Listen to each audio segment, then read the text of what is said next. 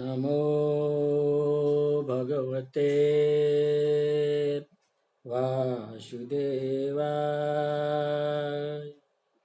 सच्चिदानन्दरूपाय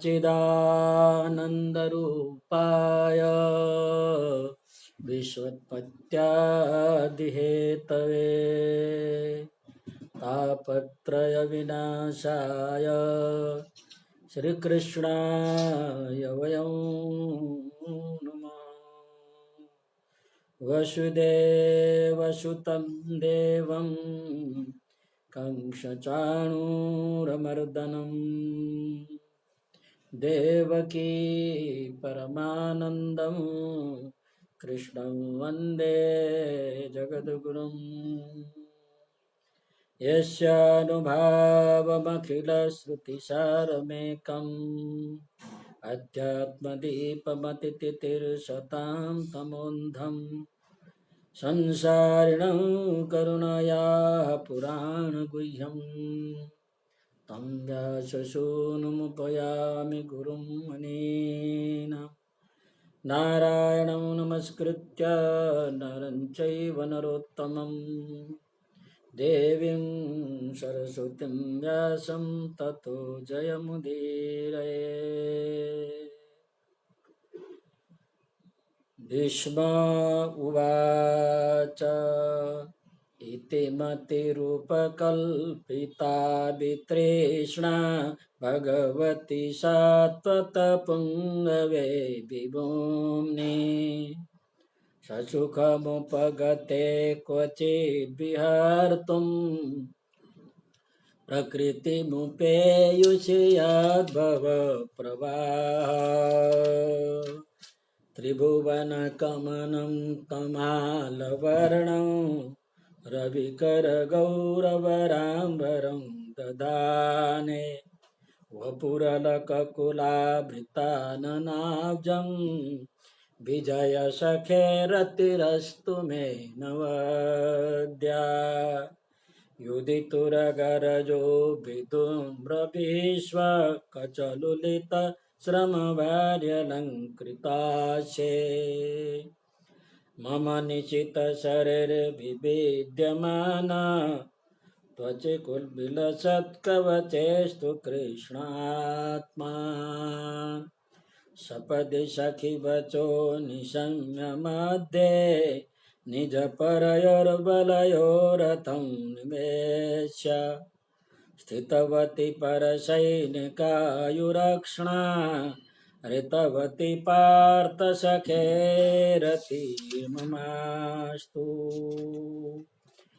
व्यवहृतपृतनामुखं निरीक्ष्य स्वजनवदाद्विमुखस्य दोषबुद्ध्या कुमतिमहरः धात्मविद्ययाय शरणरति परमशतशमेस्तु स्वनिगममपहाय मत्प्रतिज्ञां ऋतमधिकर्तुमवाप्लुतो रथस्थ धृतरथचरणाभ्यगाजयं चलद्गुर् हरिरिवहन्तुमिवं गतोत्तरीया।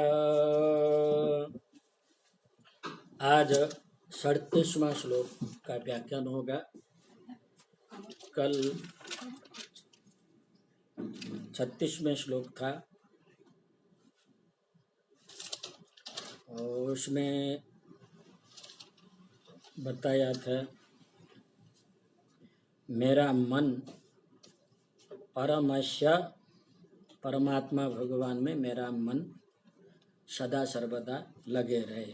रति चरण रति भगवान के चरण में रति माने प्रेम, प्रेम भक्ति सदा बने रहे। तो ये भगवान ने प्रेम रति प्रेम भक्ति की याचना की थी। तो आज 37वां श्लोक है।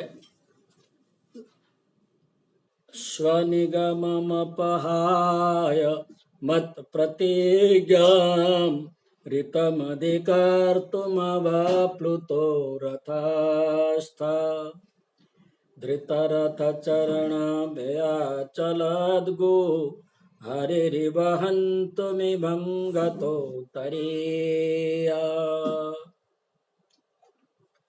स्वनिगमं पद विच्छेद देखिए पुस्तक में स्वनिगमं अपहाय मत्प्रतिज्ञां ऋतं कर्तुम् अवक्लुतः रथस्थः धृतरथचरणः अभ्ययात् चलद्गुः हरिः इव हन्तुम् इवं गतोत्तरीयः पदविच्छेद स्वनिगमम् आगे अपहाय मत्प्रतिज्ञां ऋतम् अधिकर्तुम् अवप्लुतः रथस्थः धृतरथचरणः अभ्ययात् चलद्गुः हरिः इव हन्तुम् इवं गतोत्तरीयः पदविच्छेद। अब ये पहला शब्द है स्वनिगमम् अपहाय। तो स्वनिगमम् तो क्या है?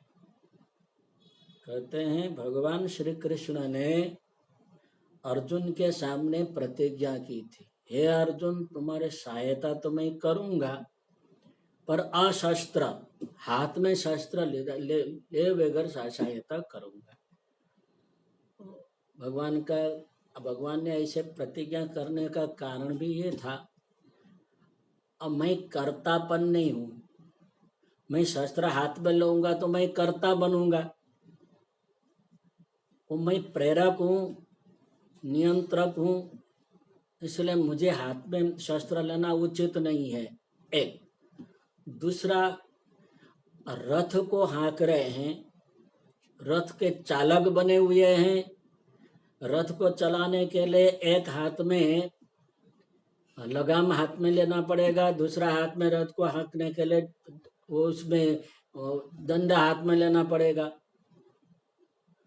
तो 2 हाथ वाले पुरुषोत्तम है, 4 हाथ लेकर के तो नहीं आए मनुष्य के रूप में 2 हाथ, इसलिए मैं शस्त्र किस हाथ में धारण करूं? और शस्त्र हाथ में लूंगा तो मुझे लड़ना पड़ेगा, अरे मैं लड़ूंगा तो तुम्हारे क्या काम? तुम्हारे कल लड़ने की जरूरत ही नहीं, मैं पर्याप्त हूं। इसलिए तुमको लड़ना है, तुमको शस्त्र हाथ में लेना है, मैं शस्त्र हाथ में नहीं लेने वाला हूं, ऐसे प्रतिज्ञा की थी। और भीष्म पितामह ने कहा, हे भगवान तुम प्रतिज्ञा कर रहे हो हाथ में शस्त्र नहीं, परंतु मैं तुम्हारे हाथ में शस्त्र लेकर के युद्ध करने के लिए परवश कराऊंगा, प्रतिज्ञा की थी। कृष्ण की प्रतिज्ञा, मैं शस्त्र हाथ में नहीं लूं। भीष्म की प्रतिज्ञा, मैं आपके हाथ में शस्त्र ग्रहण करा के छोड़ूंगा। दोनों प्रतिज्ञा ली थी।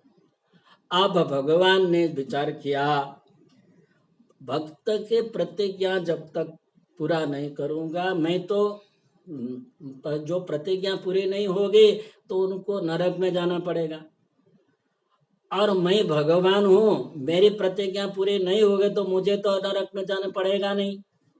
भक्त है बेचारा, वो प्रतिज्ञा पूरा नहीं कर पाएगा तो उसके कारण वो नरक में जाना पड़ेगा। इसलिए उन्होंने विचार किया कि मैं अपने प्रतिज्ञा को छोड़ दूं। तो भगवान ने स्वनिगमम माने अपने प्रतिज्ञा को अपहाय त्याग दिया। तो यहाँ प्रतिज्ञा अर्थ में निगम शब्द है। हमने निगम शब्द के अनेक प्रयोग देखे हैं।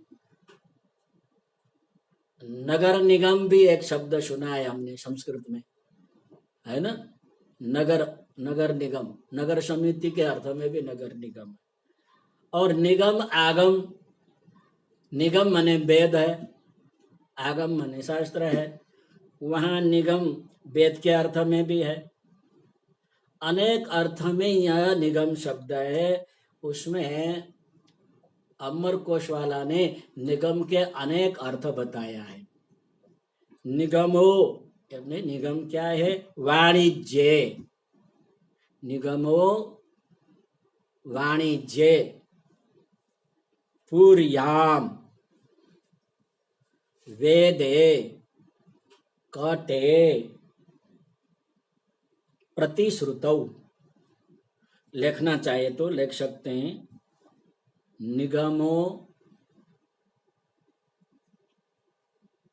वाणिज्ये पूर्याम वेदे कटे प्रतिश्रुतौ। लिख लिया? ठीक है। निगम शब्द वाणिज्य अर्थ में, वाणिज्य वाणिज्य माने व्यापार अर्थ में एक अर्थ, पूर्या माने पूरी नगरी के अर्थ में, नगर निगम कहते हैं ना, नगरी के अर्थ में दूसरा। वेदे वेद के अर्थ में भी निगम शब्द है। कटे कट माने चटाई, चटाई बनने का उसका भी निगम कहते हैं। प्रतिश्रुतौ का माने प्रतिज्ञा के अर्थ में भी निगम शब्द आता है। शांति भाई स्वागतम। यहाँ निगम शब्द का अर्थ मैं बता रहा हूं।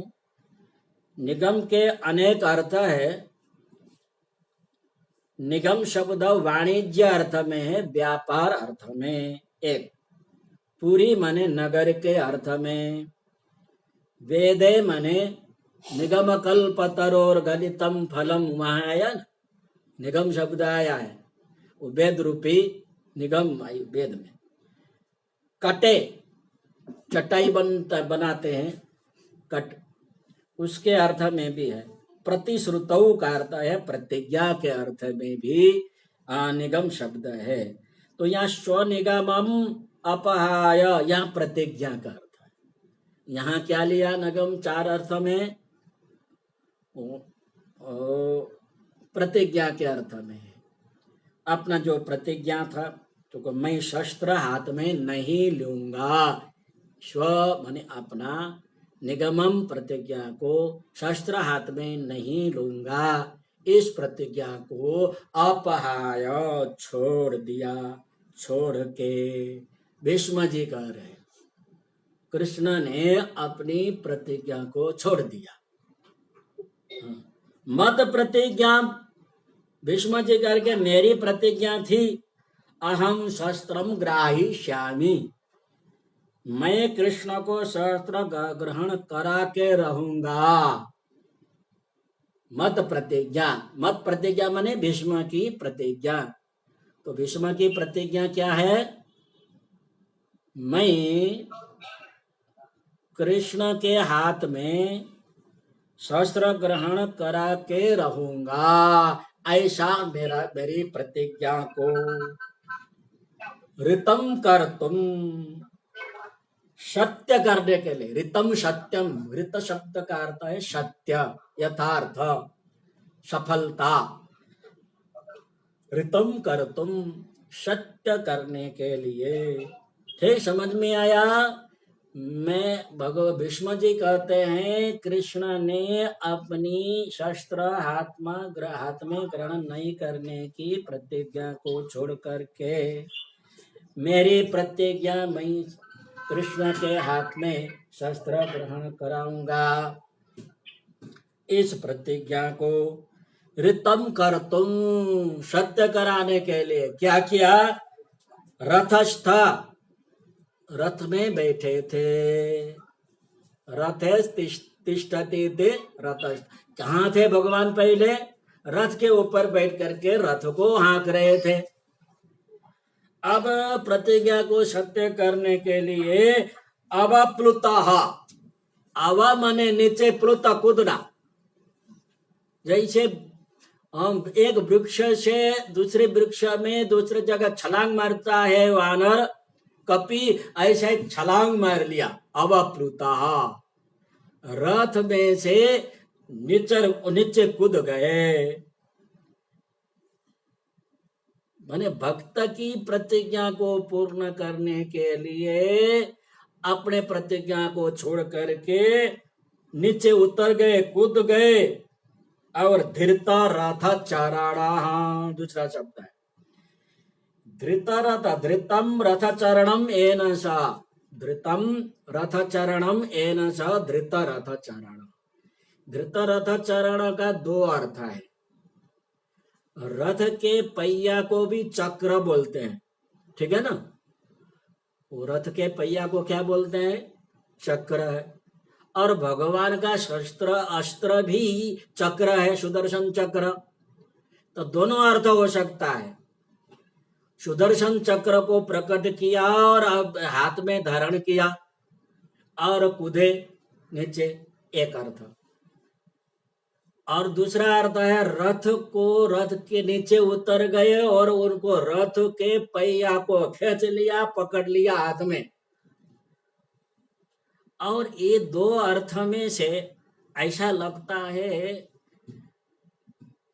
और रथ के पहिया को लिया होगा। क्यों? भगवान ने अपने प्रतिज्ञा छोड़ी नहीं। अगर सुदर्शन को लेते तो सुदर्शन तो शस्त्र अस्त्र है, बराबर ना, तो आपने प्रतिज्ञा भंग हो जाते। इसलिए सुदर्शन को नहीं लिया, वो रथ के पहिया को लिया। वो रथ का पहिया शस्त्र नहीं है, बराबर। इसलिए उनका अपनी प्रतिज्ञा भी सुरक्षित कर लिया। तो ये रथ के पहिया को खींच लिया। और रथ के पहिया को क्यों खींचा, ये भी दो अर्थ है। अगर रथ को ऐसे रहने दे और मैं रथ से अलग हो जाऊं तो रथ कोई दूसरा चढ़ करके रथ ले न जाए, अपहरण न कर जाए। इसलिए वो एक रथ को, रथ के पहिया को लेके आए। तो यहाँ धृत रथ चारणा का अर्थ करना कि चक्र, सुदर्शन चक्र को धारण किया ऐसा नहीं है, रथ के पहिया को लेकर के, धृत रथ चारणा। सुदर्शन चक्र अथवा रथ के पहिया को पकड़ करके मुझे मारने के लिए, धृत रथ चरण। चलद गुह, जब दौड़े, अभ्ययात, अभ्ययात का अर्थ है, अभ्ययात शब्द लिखिए, मेरे तरफ दौड़े। अभी माने मेरे तरफ, आगात मेरे तरफ आ गए, दौड़ गए, अभ्ययात। जब दौड़े तो चलद गुह, चलद गुह शब्द आया, चलंती गौहु इति चलद गुह। गौ माने पृथ्वी है। यहाँ गौ के 2, 3, 4 अर्थ होते हैं। गौ माने गाई, गौ माने इंद्रियां, गौ माने सूर्य के किरण, और गौ माने पृथ्वी। यहाँ पृथ्वी, भगवान नीचे उतर के चलने लगे तो भगवान के पर क्रोध में, आवेश में आकर के पग पृथ्वी में रखे तो पृथ्वी कांपने लगी, हिलने लगी।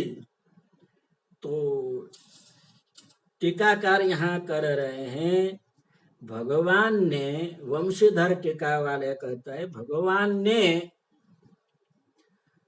प्रतिज्ञा की थी, वचन दिया था पृथ्वी को। पृथ्वी भारभूत हो गई थी राक्षसों के भार से।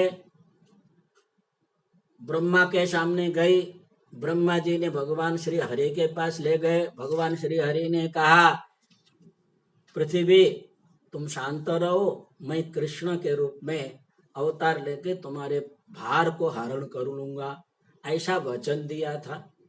अब पृथ्वी विचार करने लगी, अब भगवान तो अपने प्रतिज्ञा को छोड़ रहे हैं,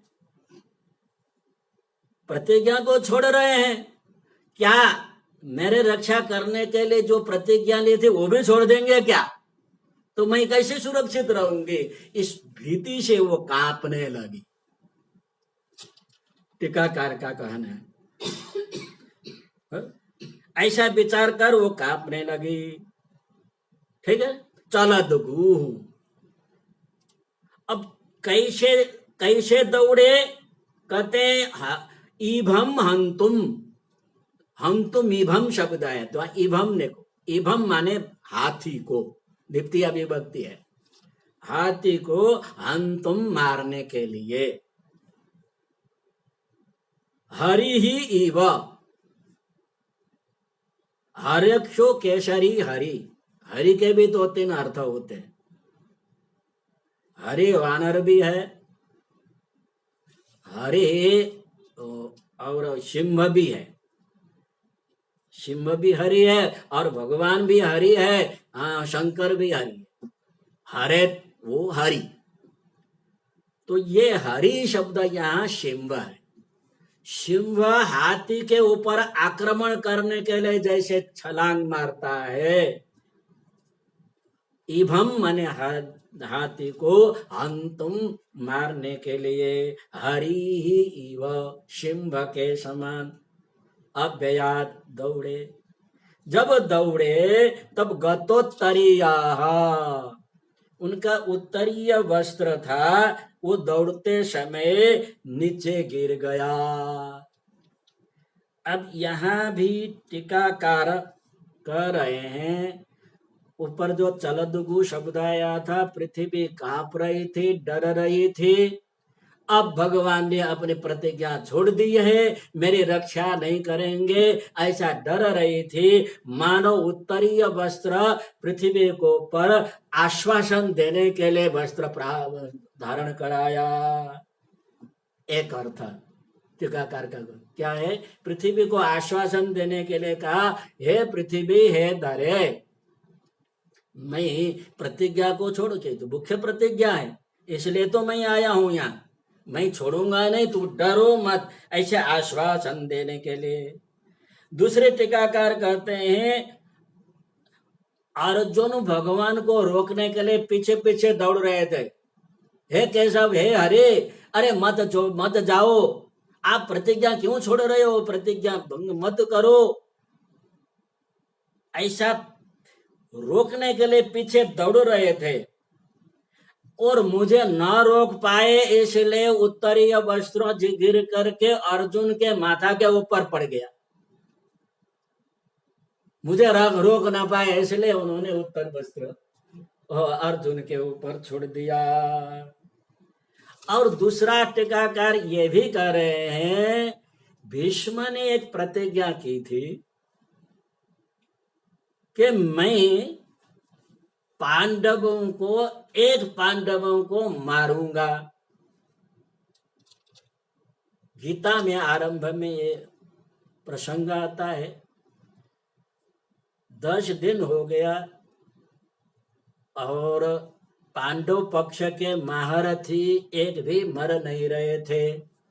भीष्म पितामह के सामने दुर्योधन गया, हे पितामह आप पक्षपात कर रहे हैं, आज तक कोई महारथी पांडवों के पक्ष के एक को भी आपने मार नहीं सके, आप पक्षपात कर रहे हैं। भीष्म पितामह को क्रोध भी आया, अरे तुम भीष्म को पक्षपाती कहते हो, कल मैं ये पांडव में से एक पांडव को मारूंगा, ऐसा उन्होंने प्रतिज्ञा की थी। अभीष्म प्रतिज्ञा, भीष्म नाम ही प्रतिज्ञा, दृढ़ प्रतिज्ञा करने से वो अवश्य मारेंगे ही, ऐसा भयंकर प्रतिज्ञा की थी। भगवान कृष्ण को पता चला और द्रौपदी से कहा, हे द्रौपदी हे कृष्ण, तुम कल विधवा हो जाओगी। द्रौपदी कहने लगी, जिसकी बहन माने जो मेरे, जिसका भाई जगत रक्षक कृष्ण हो, उसकी बहन विधवा कैसे हो सकती है, अब विधवा नहीं हो सकती है, और इसका मतलब है कि मेरे प्रति आपकी कृपा नहीं रहेगी। तो ऐसा करो, मैं एक उपाय बताता हूं, तुम माने विधवा नहीं बनने चाहती हो, तो ऐसा करो, दुर्योधन की पत्नी ने कौन सी साड़ी, कौन से रंग की साड़ी पहनी थी, वो बताओ। कहते हरे रंग की साड़ी। वो साड़ी पहन लो और एक छड़ा से माथा को ढक दो और चलो भीष्म पितामह को प्रणाम करने के लिए। तो मैं वहां जाके क्या करूंगी, जाके प्रणाम करो, मैं पीछे पीछे आ रहा हूं। द्रौपदी को आगे बढ़ाया। भीष्म पितामह सरसैया में सोए थे, नींद नहीं आ रही थी। अचानक क्रोध में आकर के प्रतिज्ञा की थी, भाई मैं माने उनको मार डालूंगा पांडवों को। अब पांडवों ने एक प्रतिज्ञा ली थी, एक भी 5 पांडव में एक मर जाएगा तो दूसरे भी स्वयं आत्महत्या करेंगे। इसका मतलब हुआ दुर्योधन का विजय निश्चित है। दुर्योधन जाके सो गया, निश्चित सी। इधर भीष्म पितामह को नींद नहीं आ रही थी, बड़े बड़े श्वास लेते हुए करवट फेरते हुए सो रहे थे। उतने में द्रौपदी आ गई, अपने भानुमति का रूप धारण साड़ी पहन करके प्रणाम किया, बोले बेगर चरण स्पर्श किया। और भीष्म पितामह ने कहा सौभाग्यवती भव, सौभाग्यवती हो जाओ। फटते साड़ी को छोड़ दिया, अपने चेहरा बताया, हे भीष्म पितामह, तुम्हारी प्रतिज्ञा कौन सी प्रतिज्ञा सच है? एक तरफ तुम कह रहे हो भीष्म पांडवों को मार डालूंगा, और एक तरफ कह रहे हो सौभाग्यवती भव। कैसी प्रतिज्ञा? भगवान ने सोचा भीष्म पितामह और घबरा गए, मैं तो अपने प्रतिज्ञा करते करते फंस रहा हूं। ये फंसाने वाला कोई न कहीं छलिया, छल कपट करने वाला यहाँ कहीं होगा। हे कृष्ण मुझे प्रतिज्ञा से बचाओ। भगवान आ गए। भीष्म पितामह तुम प्रतिज्ञा करते रहते हो, फंसते रहते हो, मैंने कहा था तुमको प्रतिज्ञा करो। भगवान मुझे बचाओ। और बचाने का एक रास्ता है, एक उपाय है। तो क्या क्या पांडवों को मारने की जो तुमने प्रतिज्ञा की थी वो भी पूरी हो जाएगी। तो कैसे? तो मेरा भांजा है अभिमन्यु, उसका आयुष्य कल पूरा होने वाला है, वो छोटा आयुष्य लेके आया है। तो केवल आपको निमित्त बनना है आयुष्य पूर्ण करने के लिए। उसको आप मारेंगे तो आपकी प्रतिज्ञा पूरी हो जाएगी। दूसरी और पांडव, दूसरी बात है, और आपने एक प्रतिज्ञा की थी, वो एक प्रतिज्ञा को फिर पालन करना है। तो कौन सा? मैं स्त्री और नपुंसक के सामने युद्ध नहीं करूंगा। तो यही होगा, मैं कल युद्ध में महारथी सारथी बन के नहीं आऊंगा, शिखंडी आएगा। तो आपकी प्रतिज्ञा क्या थी? स्त्री अथवा नपुंसक शिखंडी के सामने युद्ध नहीं करूंगा। तो आंख मुख फेरेंगे, पीछे हो जाएंगे, और उसके ऊपर पीछे से बाण का आपके पास प्रहार होगा, और उस बाण शरीर में प्रहार होगा तो कोई बाण के शैया में आपको सोना पड़ेगा, क्योंकि उसमें एक को कर्म का फल भोगना अवशिष्ट है। पूर्व जन्म में एक अपराध भीष्म पितामह ने किया था। 101 वर्ष पूर्व में राजा थे। राजा वन में शिकार करने के लिए गए थे, तो सांप जैसा एक जीव रथ में, उसमें आगे मार्ग में आके पड़ा था। अब वो अगर आगे जाते तो रथ के पहिया से कुचल कर मर जाता। तो धनुष के आगे बाण से उनको उठा के ऐसा पीछे फेंक दिया, तो दैव योग थे कांटे में जाकर के उजड़ गया, वो लटक गया। तो वह लटकते लटकते 18 दिन तक वो लटक के मर गया। वो अपराध था, वो अपराध भोगना भी बाकी है। तो तुम वो सरसैया में सोते सोते वो अपराध जो कर्म है वो भोगो, क्योंकि पुण्य हो कि कर्म माने पाप हो भोगे बगैर वैकुंठ जा नहीं सकते। पुण्य भी वैकुंठ जाने के लिए, मुक्ति के लिए विघ्न है, पाप भी विघ्न है। पाप पुण्य से निर्लिप्त हो जाते, शुद्ध होते, तभी मुक्ति का अधिकार। तो आप मुक्ति का अधिकार अभी बने नहीं है, आप सरसैया में शयन करेंगे, उसके बाद ही आपका जो मुक्ति का अधिकार बनेंगे, क्योंकि जो पाप से आप मुक्त बने। तो ऐसे ही घटना हुई। दूसरे दिन भगवान गए नहीं, शिखंडी आया। शिखंडी आया तो उसको देख करके पीछे से बाण का प्रहार किया और ऐसे ही गिर गए। उनका मस्तक लटक रहा था। दुर्योधन ने कहा हो पितामह के मने शेर में कुछ अच्छा उपादान लाओ।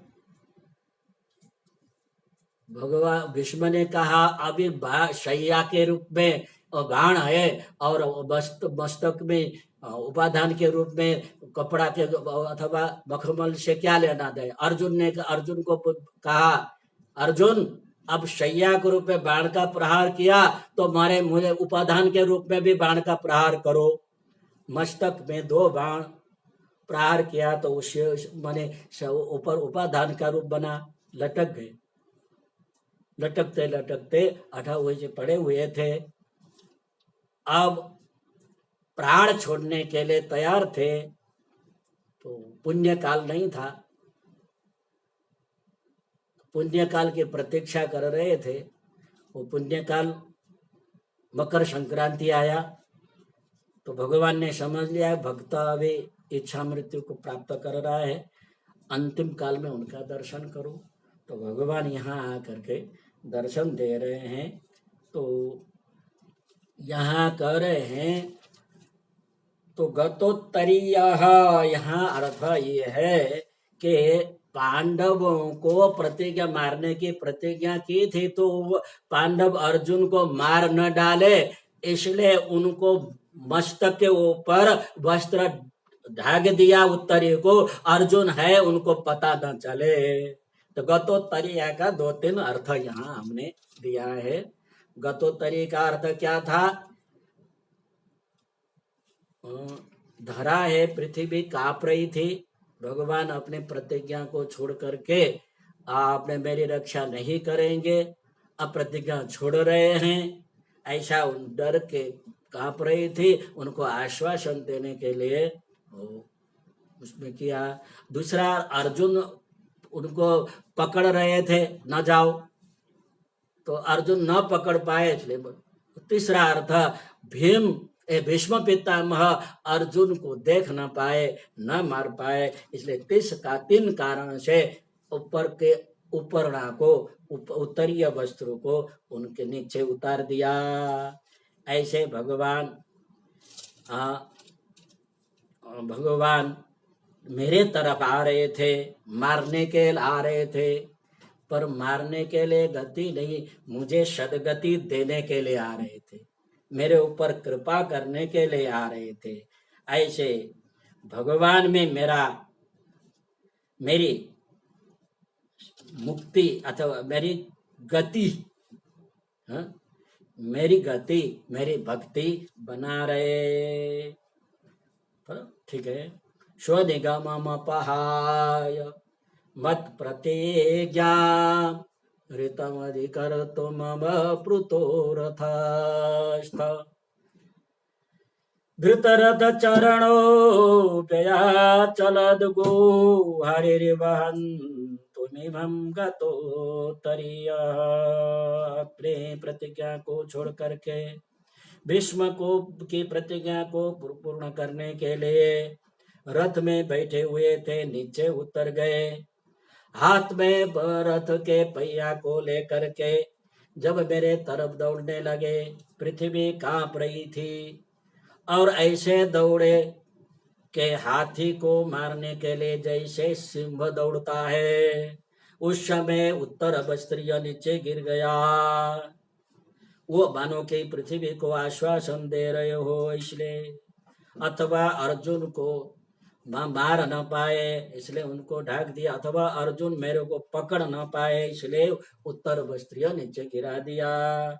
इस प्रकार के भगवान मेरे ऊपर मारने के बहाने से, प्रहार करने के बहाने से मेरी प्रतिज्ञा को, भक्त की प्रतिज्ञा को पूर्ण करने अपनी प्रतिज्ञा को छोड़ा। क्योंकि भक्त प्रतिज्ञा पूरा नहीं करेगा वो नरक में जाना पड़ेगा।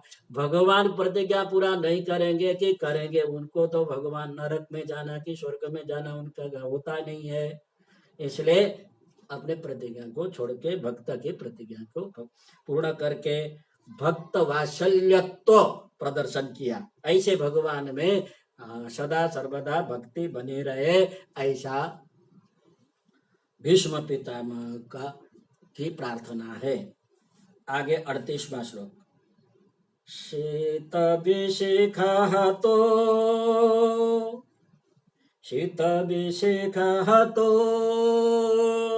विशीर्णदंशः,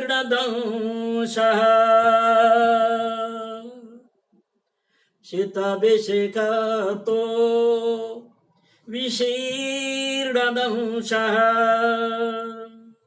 क्षतज परिप्लुत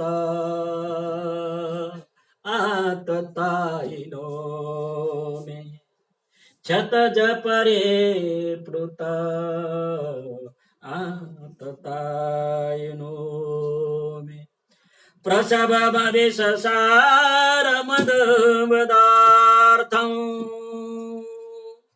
प्रसवमविशसारमद्वदार्थम्, स भवतु मे भगवान् गतिर्मुकुन्द, स भवतु मे भगवान् गतिर्मुकुन्द।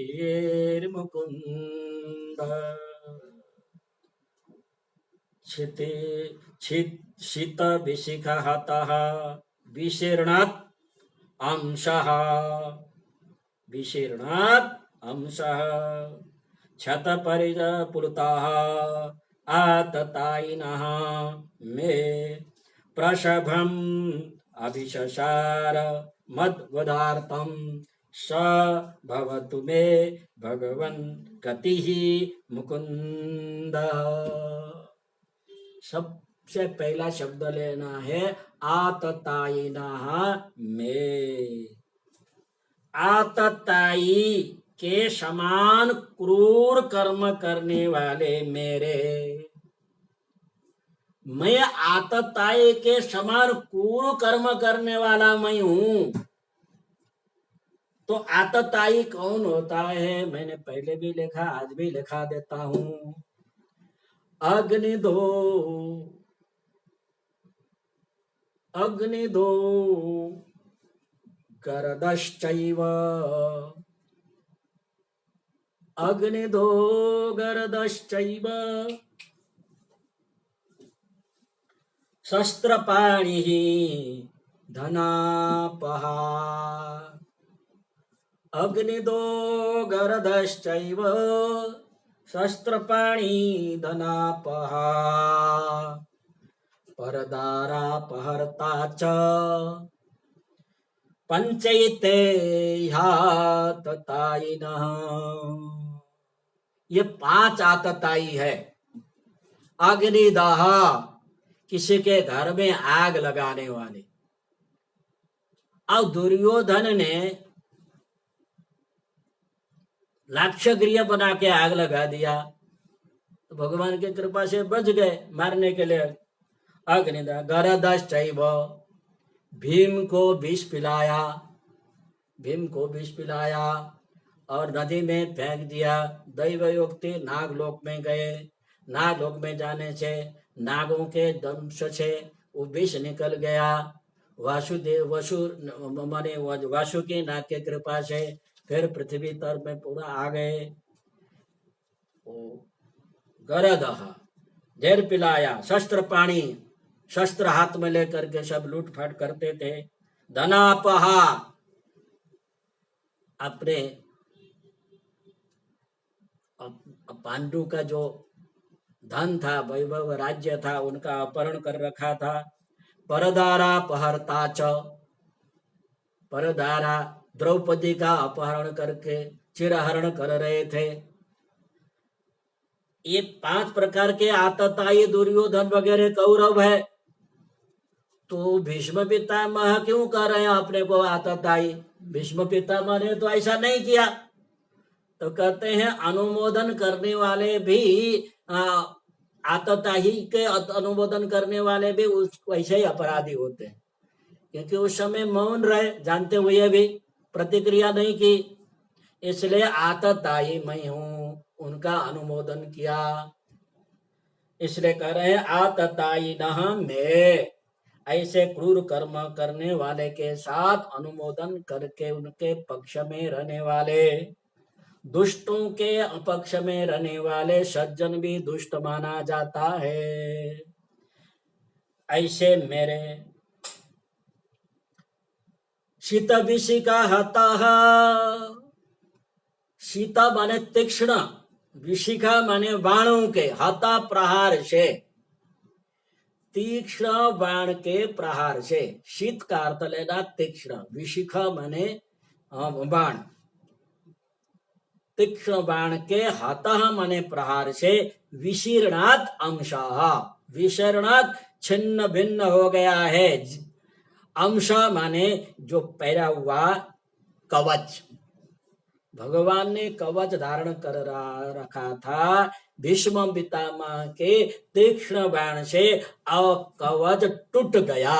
ऐसे भगवान विशीर्ण दंशा, विशीर्णात माने टूट गया है, अंशः माने कवच वस्त्र, ऐसा विशीर्ण दंशः, जिनका तीक्ष्ण प्रहार से कवच टूट गया है, ऐसे भगवान। और क्या हुआ? क्षतज परिप्लुता, क्षतज का अर्थ है रक्त, क्षतज का अर्थ रक्त से परिप्लुत, रक्त रंजित हो गए, भगवान का शरीर रक्त रंजित हो गया, रुधिर से लिप्त हो गया।